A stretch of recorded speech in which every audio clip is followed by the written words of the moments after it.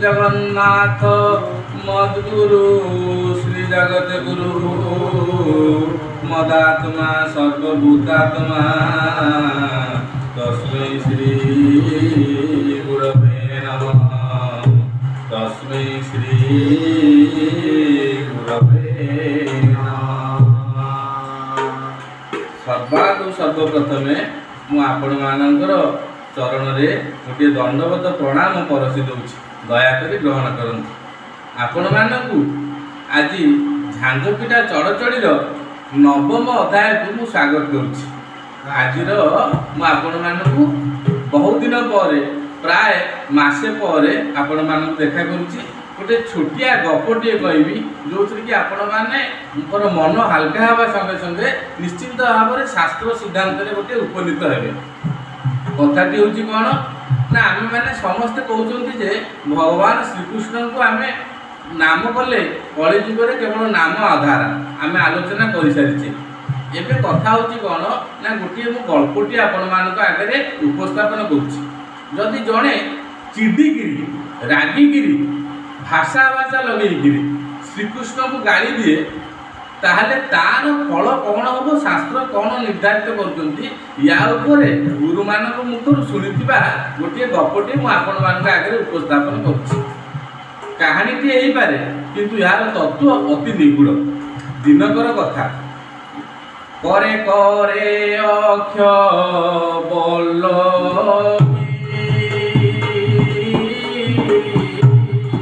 धरिनार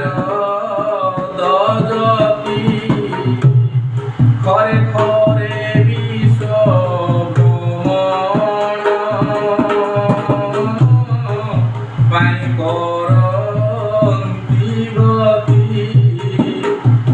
करे करे दुई करे गोटे करे अक्ष कहले रुद्राक्ष मालटे आ गोटे करे बल्लकी कहले वीणाटी धरी श्रीकृष्ण नाम कीर्तन करी करी देवसी नारद विश्व भ्रमण करने खरे खरे आकाश मार्ग में अति द्रुत गति में चली। भगवान नाम सब तुंडे केमी गाँव बोले मुनि जन वंदन त्रैलोक्य पालन मुनि जन वंदन त्रैलोक्य पालन जगन्नाथ दीन बंधु बंधु तब भय चरण रेणु मागे अनुक्षण तब चरण रेणु मागे भय सिंधु त्रैलोक्य पालन मुनि वंदन त्रैलोक्य पालन आराधना दीन बंधु प्रभुर नाम गाई गाई चली भगवान कीर्तन करते नारदी जाऊँगी देखिले गोटे गाँव में हरि कीर्तन चली हरे कृष्ण कृष्ण कृष्ण हरे हरे हरे राम राम राम हरे हरे अष्टप्रहरी कीर्तन चली उन्माद हो केते जन लोक केते जन होची भक्त उन्माद हो नाम कीर्तन करछुंती किंतु गोटे विधर्मी गोटे पापी पापिष्ट जी कृष्ण ना शुणी खाली एपट सेपट गाड़ी देकी से रास्ता सारा कृष्ण को गाड़ी दे देकी बुलुची खाली ता कान को सी भगवान हरि कीर्तन समस्त कान को भल लगे कहीं ना सेतिकी पुण्य नथिले भगवान कथा भगवान महाप्रसाद महाप्रसादे गोविंदे नाम ब्रह्मणी वैष्णवे स्वल्प पुण्य बतांग राजन विश्वास नैव जायते जो माने महाप्रसाद जो माने गोविंद आउ भगवान नाम समस्त विश्वास आसेनी सी खाली हूँ चदी मरकट ही बुलूची सेपटे रागरे तम तम हो बुलूची नारद जी जाई पहुँचले बोले भाई तमें माने केड़े सुंदर नाम कीर्तन होची हरे कृष्ण कृष्ण कृष्ण हरे हरे हरे राम राम राम हरे हरे हरे कृष्ण कृष्ण कृष्ण हरे हरे हरे राम राम राम हरे हरे ତମେ ନାମ ନ କରି ଏମିତି ରାଗିକି କାହିଁ ବୁଲୁଛ? ନା ଏ ମତେ ସେ କଥା କୁହନା, ସେ ଲୋକ କଥା କୁହନା, ସେ ନାମ କଥା ମତେ କୁହନା। ଆରେ କୋଉ ନାମ କଥା କହୁଛ? ନାରଦୀ ତ ଭକ୍ତ ଶିରୋମଣି ନା, ଯେତେ ପାପୀ ହଉନା କାହିଁକି ତା ପାଟିରୁ କଷ୍ଟେ ମଷ୍ଟେ ଗୋଟେ ଥର ଭଗବାନଙ୍କର ନାମ ଉଚ୍ଚାରଣ କରେଇଦବା ହେଲା ସାଧୁର କାମ। ତେଣୁକରି ଭଗବାନଙ୍କୁ ଏତେ ଭଲ ପାଆନ୍ତି ସାଧୁମାନେ।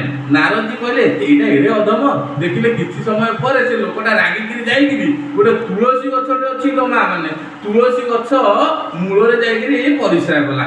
କହିଲା ନାରଦୀ କହିଲେ ହରି ଓମ ହେ ପ୍ରଭୁ, ଏଡ଼େ ବଡ଼ ପାତ କି ଏଇଟା କେମିତି ଉଦ୍ଧାର ପାଇବ? ଏଇ ତୁଳସୀ ଗଛର ମୂଳରେ କ'ଣ ପରିସ୍ରା କଲ ତମେ?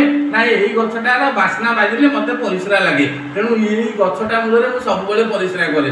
ଏଇଟାକୁ ହିନ୍ଦୁମାନେ କ'ଣ ପାଇଁ ପୂଜା କରୁଛନ୍ତି କେଜାଣି? ଏଭଳିଆ କହିକିରି ନାରଦୀ ଏତେ ବିଧର୍ମୀ ଉପରେ ମଧ୍ୟ ନାରଦୀଙ୍କର କୃପା ବର୍ଷିଲା। କହିଲା କୋଉ ନାମ କଥା କହୁଛ? ଏତେ ରାଗିଛ କାହିଁକି? ନା ସେ ଶଳା କୃଷ୍ଣ କଥା ମୁଁ କହୁଛି କହିକି ରାଗିକିରି ହଉଛି ଭଗବାନଙ୍କୁ ଗୋଟିଏ ଥର ନାମଟା ତା ପାଟିରୁ ବାହାରି ପଡ଼ିଲା। ରାଗିକିରି କହୁଛି, ଗାଳି ଦଉଛି, ତାର ହଉଛି ଗୋଟିଏ ଥର। ନାରଦଜୀ କହିଲେ ମୋର କାମ ହେଇଗଲା ଆଉ, ଚାଲିଲେ ସେଠାରୁ ଆଉ ଚାଲିଲେ। କିଛି ଦିନ ଗଲା, ଅନ୍ତିମ ସମୟର କଥା ଅତି ସଂକ୍ଷେପରେ ମୁଁ ଆପଣମାନଙ୍କ ଆଗରେ ଗଳ୍ପଟିର ଅବତାରଣା କରୁଛି, ତା ସିଦ୍ଧାନ୍ତଟି ଆପଣମାନେ ବିଚାର କରନ୍ତୁ। ତାକୁ ନେବା ପାଇଁକା ଯମଦୂତ ମାନେ ଚାଲି ଆସିଲେ।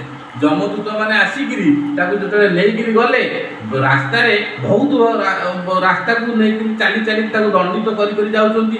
ସେ ଚିତ୍କାର କରୁଛି। ଗୋଟେ ସ୍ଥାନରେ ଦୁଇଟି ଛକ ପଡ଼ିଲା। ଗୋଟେ ପଟରୁ ମହମହ ତୁଳସୀର ସୁଗନ୍ଧ ଭାସି ଆସୁଛି, ଆଉ ଗୋଟେ ପଟରୁ ରକ୍ତ ମଳମୂତ୍ର ପୂଜର ଦୁର୍ଗନ୍ଧ ଭାସି ଆସୁଛି। ସେଇ ସମୟରେ ଇଏ ତ ମହାପାତ କି, ଇଏ ତ ସବୁବେଳେ ରକ୍ତ ମଳମୂତ୍ର ପଶୁମାନଙ୍କୁ ଆଘାତ କରି ପଶୁଘାତ କରି ବିକ୍ରୟ କରିକିରି ନିଜର ଜୀବିକା ନିର୍ବାହ କରିଛି। ସେ ବା କ'ଣ ବୁଝିବ ତୁଳସୀ ଗନ୍ଧର ମହକ? ଶୁଣିକି ତୁଳସୀ ଗନ୍ଧ ତା ନାକରେ ଯେତେବେଳେ ବାଜିଲା, ତାର ପୂର୍ବ ପ୍ରବୃତ୍ତି ଜାଗି ଉଠିଲା। କହିଲା ହେ ଯମଦୂତ ଗଣ, ଆପଣମାନେ ଟିକେ ରହିଯାଆନ୍ତୁ, ମୋର ଗୋଟେ ଶେଷ ଇଚ୍ଛା ଅଛି। ନା କ'ଣ? ନା ମୁଁ ଏଇ ଟିକେ ନାକୁ ପରିସ୍ରା କରିବି। ମତେ ହଉଛି ତୁଳସୀ ବଣ ଏଇଠି କୋଉଠି ବୋଧେ ଅଛି, ମୋର ବାସ୍ନା ଭାସି ଆସିଲା, ମତେ ଟିକେ ନାକୁ ପରିସ୍ରା କରିବା ପାଇଁ ସୁଯୋଗ ଦିଅନ୍ତୁ।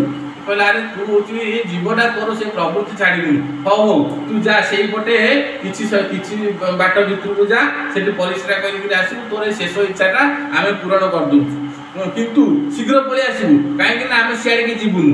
ଏତିକି କହିଦେଇଛି। ଆଜ୍ଞା ଇଏ ତ ମଣିଷ, କଳିଯୁଗର ମନୁଷ୍ୟ, ମର୍ତ୍ତ୍ୟପୁରର ମନୁଷ୍ୟ। ପାଟିରୁ କଥା ଖସିଲା ମାନେ ତାକୁ ଧରିକିରି ନାନା ବିତଣ୍ଡା ଭିଆଇବା ଲୋକ। ଯେତେବେଳେ ଶୁଣିଦେଲା ଯେ ସେପଟକୁ ଆମେ ଯିବୁନୁ, ତୁ ଶୀଘ୍ର ଆସିବୁ, ଇଏ ତ ଗଲା ସେଠି ପରିସ୍ରା ତ ଯାହା କଲା ସେ ତୁଳସୀ ଗଛ ମୂଳରେ ବସିଲା। ଆଜ୍ଞା ଆଉ ଆସିବାର ନାହିଁ। ଏମାନେ ସେଠୁ ଗଲା, ଏତେ ସମୟ କୁଆଡ଼େ ଗଲା? ତାକୁ ପାଖକୁ ଯାଇକି ତାକୁ ଖେଞ୍ଚା ଖେଞ୍ଚି ଗଲେ ଆଉ କହିଲା ଏ ଶୀଘ୍ର ଆସେ, ଆମେ ୟା ଭିତରୁ ଯିବା ନା, ହଉଛି ଆମର ବହୁତ କାମ ଅଛି। ନା ନାଇଁ ମତେ ଏଇଠି ଟିକେ ଭଲ ଲାଗୁଛି, ମୋର ଏତେ ବାଟ ମତେ ନେଇକି ଆସିଲଣି ଅନ୍ଧକାର ପଥରେ, କଷ୍ଟ ଲାଗୁଛି, ମୁଁ ଏଇଠି କିଛି ସମୟ ପାଇଁକା ବସିଛି। ଏମାନେ ବଡ଼ ଅସୁବିଧାରେ ପଡ଼ିଲେ, ଆଉ ଆସିବାକୁ ନାରାଜ। ଜାଣିଦେଲା ହଉଛି ଯେ ତୁଳସୀ ଗଛକୁ ଏମାନେ କ'ଣ ପାଇଁ ଗୋଟେ ଭୟ କରୁଛନ୍ତି। ଯମଦୂତ ମାନେ ଯାଇକିରି ଯମରାଜାଙ୍କ ପାଖରେ ଫେରାଦ ଦେଲେ। କହିଲେ ଆଜ୍ଞା ଏଭଳିଆ ଗୋଟେ ଲୋକ ଆଗରେ ଆମେ ପଢ଼ିଛୁ, ସେ ଆଜ୍ଞା ସେଇ ବୈକୁଣ୍ଠ ଆଡ଼ିକି ସିଆଡ଼ିକି ପଳଉଛି, ତୁଳସୀ ଗଛ ମୂଳରେ ବସିଛି, ଯେତେ ଚେଷ୍ଟା କଲେ ଆସୁନି। ନା କ'ଣ କରିବା? ନା ତାହେଲେ ଗୋଟେ କାମ କର, ଯମରାଜ ଆପଣ ହଉଛି ଚିତ୍ରଗୁପ୍ତ, ଯମରାଜ ନିଜେ ଆସିଲେ ପାଲିଙ୍କିରେ ବସିକିରି। କହିଲେ କ'ଣ ହଉଛି? କହିଲେ ଆରେ ଲୋକଟାକୁ ଡାକିବାକୁ ପଡ଼ିବ, ବିଚାର କରିବାକୁ ପଡ଼ିବ। ସେ କହିଲେ ଏଇଠି ତାର ବିଚାର କରାଯାଉ। ତାକୁ ନେଇକିରି ପହଞ୍ଚିଲା ବେଳକୁ କହିଲା ୟା ଭିତରେ, ନା ଆଜ୍ଞା ଆପଣ ଏଇଠି ବିଚାର କରୁନାହାନ୍ତି, ମୁଁ ତ ବସିଛି ଆଉ ଏଇ ତୁଳସୀ ଗଛ ମୂଳରେ, ଆଉ ସେ ତୁଳସୀ ଗଛକୁ ଆଜ୍ଞା ଧରିକିରି ବସିଛି। ବିଚାର ଚାଲିଲା। ଚିତ୍ରଗୁପ୍ତ ଖାତା ଦେଖିଲେ, ଖାତା ଦେଖିଲା ଭିତରେ କ'ଣ କହିଲେ, ୟାର କୋଉଠି କିଛି ପୁଣ୍ୟ ଅଛି? ନା ଆଜ୍ଞା ସବୁତକ ପାପ ଖାତା ଚିରା ହେଇଯାଇଛି, ଏଭଳିଆ କୌଣସି ପାପ ନାହିଁ ଯାହା କିଏ ଚଣ୍ଡାଳ ନ କରିଛି। ଏଭଳିଆ କିଛି ପୁଣ୍ୟ ନାହିଁ କି ତାର କିଛି କୌଣସି ପୁଣ୍ୟ ନାହିଁ, ବରଂ ଗୋଟେ ଛୋଟିଆ ଜାଗାରେ ଦେଖାଯାଉଛି ଯେ ଗୋଟେ ଥର ସେ ଶଳା କୃଷ୍ଣ ବୋଲି ରାଗିକିରି ଗାଳି ଦେଇଛି। ତେଣୁ ୟାର ଫଳଟା କ'ଣ ହବ? ବିଚାରଟା ଆଜ୍ଞା ସେଇଠି କରିଦିଅନ୍ତୁ। ଆଉ ସେଥିରୁ ସେ ଲୋକ କହିଲା ହଁ ଆଜ୍ଞା ବିଚାରଟା କରନ୍ତୁ। ଯମରାଜ ଯେତେ ତାଙ୍କର ବେଦ ପୋଥି ମେଲେଇଲେ, ସବୁ ଜାଗାରେ କୌଣସି ଜାଗାରେ କୃଷ୍ଣକୁ ଗାଳି ଦେବାର ଫଳ କେଉଁ ଜାଗାରେ ଲେଖା ହେଇନି, କୃଷ୍ଣକୁ ସ୍ତୁତି କରିବାର ଫଳ ସବୁ ଜାଗାରେ ଲେଖା ହେଇଛି। କ'ଣ କରିବେ? ମୁଣ୍ଡ କିଛି କାମ କଲାନି। କହିଲେ ଆରେ ଇଏ କଥା କିଏ ସେ କହିପାରିବ? ନା ମର୍ତ୍ତ୍ୟପୁରରେ କୈଳାସ ପର୍ବତରେ ଶିବଜୀ ଅଛନ୍ତି, ତାଙ୍କୁ ହୁଏତ ପଚାରିଲେ କହିପାରନ୍ତି ଯେ ରାଗିକିରି କୃଷ୍ଣକୁ ଗାଳି ଦେବାର ଫଳଟା କ'ଣ।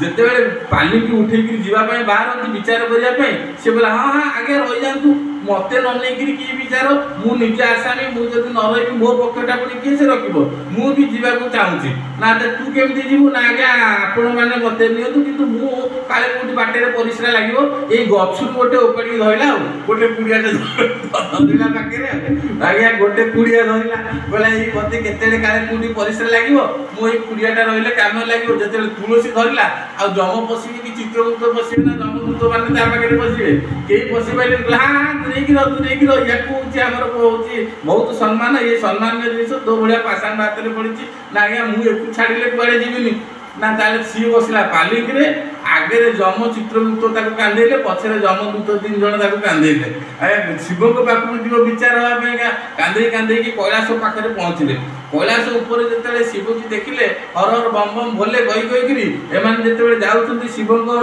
पुरकु भगवानकर पुरकु जेतेले जाउछन्ती शिवंक पाइका मध्ये स्तुति होची कहउछन्ती केमिति करछन्ती जटा आटा भी गला जल प्रवाह पावितस्थले गले बलम जलम मिता भुजंग तुंग मालिकम जटा कटा संभ्रम भ्रमत नीलिम पनीर जरी बिलोल बीची बल्लरी विराजमान मूर्धनि दग दग दगल ललाट पटपावके किशोर चंद्रशेखर प्रति प्रति क्षण मम शिव सेतु उठिले कहले अरे हे जम चित्रगुप्त मोर स्तव गाई गाई से